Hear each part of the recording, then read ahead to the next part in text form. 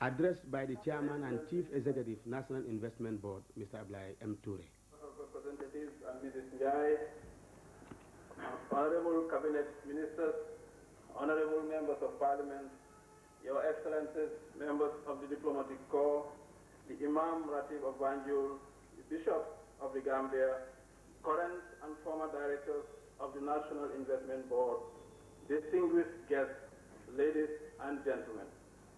It is with a deep sense of honor and satisfaction that we welcome you on this auspicious occasion to the official opening of the headquarters building of the National Investment Board by His Excellency the President. Your Excellency will recall that the NlB was established by an Act of Parliament in 1977 with the primary focus of being the main instrument through which government's economic policies will be translated into action.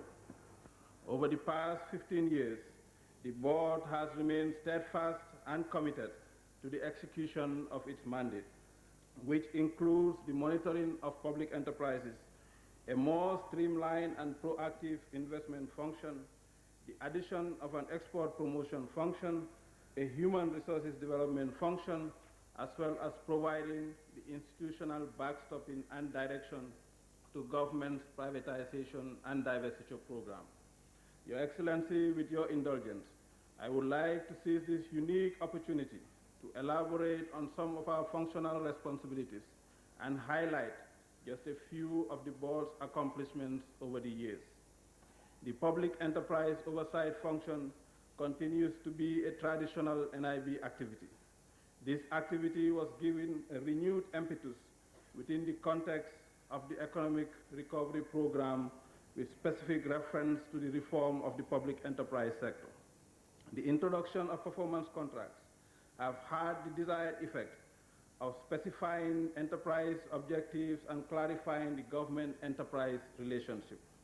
A performance contract is essentially a negotiated business plan which specifies the short to medium-term objectives and performance targets, the respective responsibilities and commitments of the enterprise and government, with particular emphasis being placed on tariffs, investment levels, and financing, as well as on managerial responsibility and accountability. Upon reflection and with the benefit of hindsight, coupled with government's unequivocal commitment to the concept of performance contracting, we are convinced that this concept has produced positive results. The fact that public enterprises have ceased to be a drain on the public exchequer is a clear testimony to the virtues of the contract plan. In addition, it is noteworthy to underscore the achievements being registered by Gambian public enterprises in their respective levels of service delivery and expansion, debt servicing, and overall performance and profitability. The efficiency gains of our public enterprises in the fields of telecommunications, ports management, public transportation, and social security have become the beacons of public enterprise management in Africa.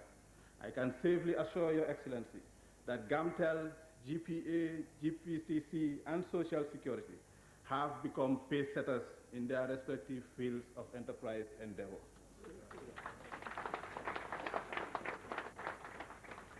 It is reassuring to mention that the Public Enterprises Reform Program has succeeded in enhancing efficiency, promoting greater effectiveness, transparency, and competition, and generally instilling market discipline.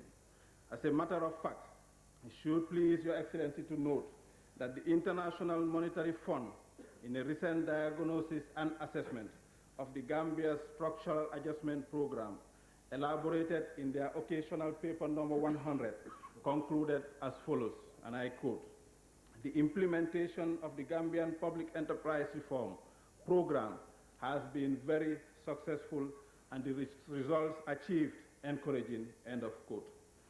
The privatization and divestiture program of the Gambia has equally been hailed as one of the best conceived and practical privatization programs in the developing world. The effective delivery of this function has resulted in the divestiture of 20 enterprises during the period from 1986 to 1992. Various modes of privatization techniques have been utilized. These included public subscriptions, private placements, employee share ownership schemes, management buyouts, management and operating leases. The cumulative budgetary proceeds from the privatization program since 1986 have amounted to approximately $36.5 million, equivalent to about 1.2% of GDP in 1991-92. Your Excellency, a logical sequel to the successful implementation of the privatization program should necessarily lead to the establishment of a capital market. It is generally recognized that a sustainable capital market cannot succeed in the absence of domestic savings.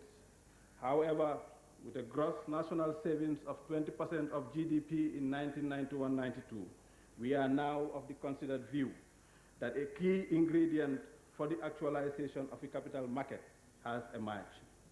Your Excellency, in the area of investment promotion, the emphasis as contained in the Program for Sustained Development accords priority attention to such resource-based sectors as agriculture, horticulture, floriculture, fisheries, livestock, agro-industries, and trade in services, with special emphasis on financial intermediation, as well as air and river transportation and informatics.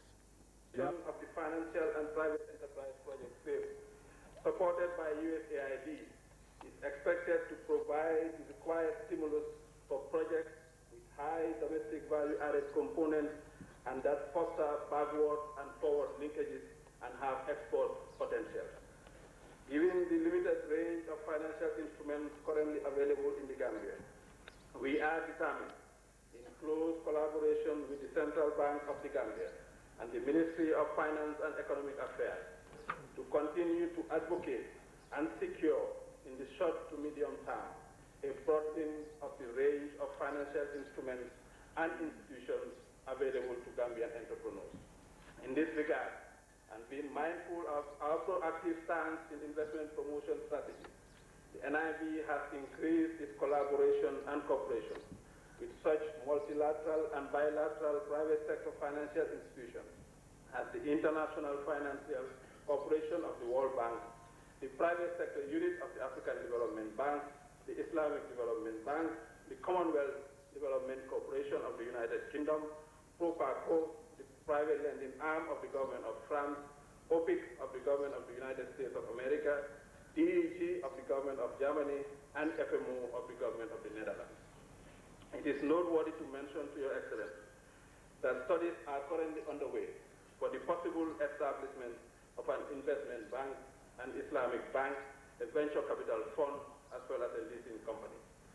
Turning to the area of export development and promotion, the approach of NlB in respect of this activity has been based on the premise that the most effective method to develop and encourage the growth of exports from the Gambia is to concentrate export development and promotion assistance to the expansion and diversification of the production base.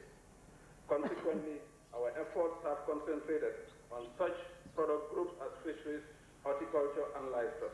Our efforts in the area of export development and promotion are continuously being reinforced by the sustained assistance and involvement of the Commonwealth Secretariat, the NlB, and the USAID. Your Excellency will readily appreciate that an analysis of the functions of the NlB will reveal the depth and breadth of knowledge that staff members should possess in a variety of disciplines in order to perform its multidisciplinary tasks efficiently and effectively.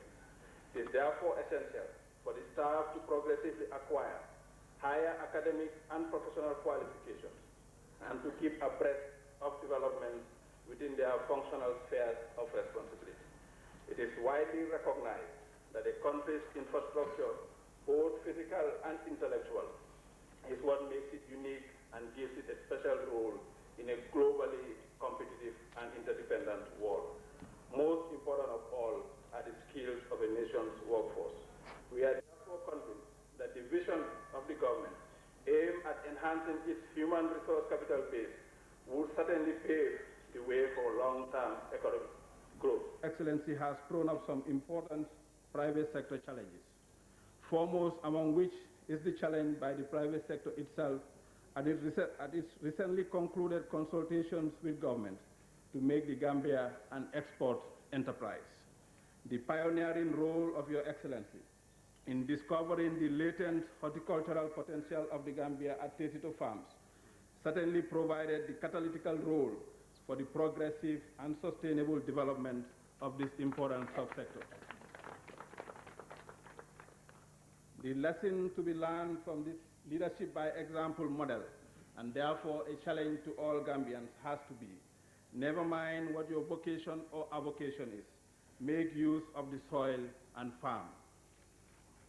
Your Excellency, the President of the Republic of the Gambia, in conclusion, we wish to reiterate our absolute resolve to ensure that the policy thrust of the PSD, with its right emphasis on private sector development, leads to dialogue. Dialogue to implementation, and implementation for the cost-effective delivery of goods and services for the socio-economic betterment of the people of the Gambia. I thank you for your kind attention. Addressed by His Excellency the President of the Republic, Alhaji Sadaw Jawara.